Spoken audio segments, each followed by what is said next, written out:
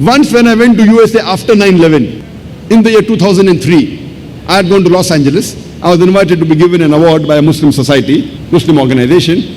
And when I landed in the Los Angeles airport, I'm prepared. The way I'm dressed up, coat, tie, suit, but kufia, cap, beard, very good target.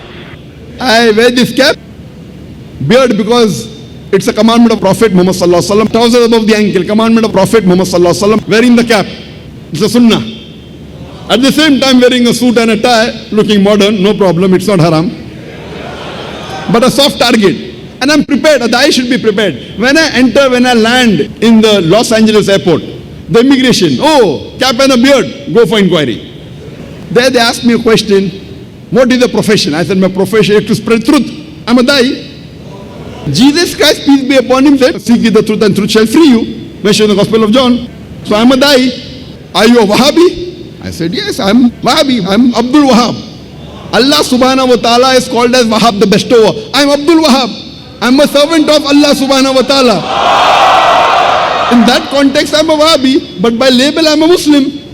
So what type of Muslim? Shia Muslim, Sunni Muslim? I said, in Islam there is no sect. I said, if you read the Quran, Quran says there's no sect in Islam. I'm a Muslim.